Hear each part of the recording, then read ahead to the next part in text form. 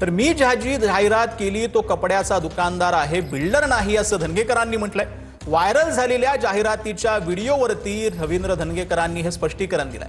व्यावसायिक तरुणांच्या विनंतीवरून मी ती जाहिरात केली असं देखील धनगेकरांनी म्हटलेलं आहे।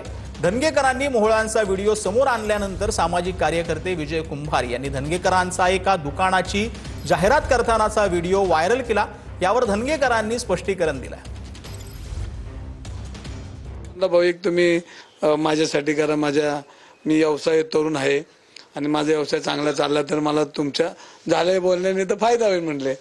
तर मी म्हटलं घे, लगेच त्यांनी चालू केलं। मी आपलं त्याला मान सन्मान देणं, कारण एक युवक आपल्याकडे आल्यानंतर आणि तो कपड्याचा व्यवसाय करतोय, पोटा पाण्याचा व्यवसाय करतोय आणि तो काय बिल्डर नाही म्हणा, तो साधाच माणूस। तर त्याच्यामध्ये मग त्याने मी म्हणलं की इथं कपडे चांगले आहेत, इथला स्टाफ चांगला आहे, इथले जे आहेत ते कपडे दर्जेदार आहेत, असं आपण त्याचा व्यवसाय वाढावा या दृष्टीने आपण तो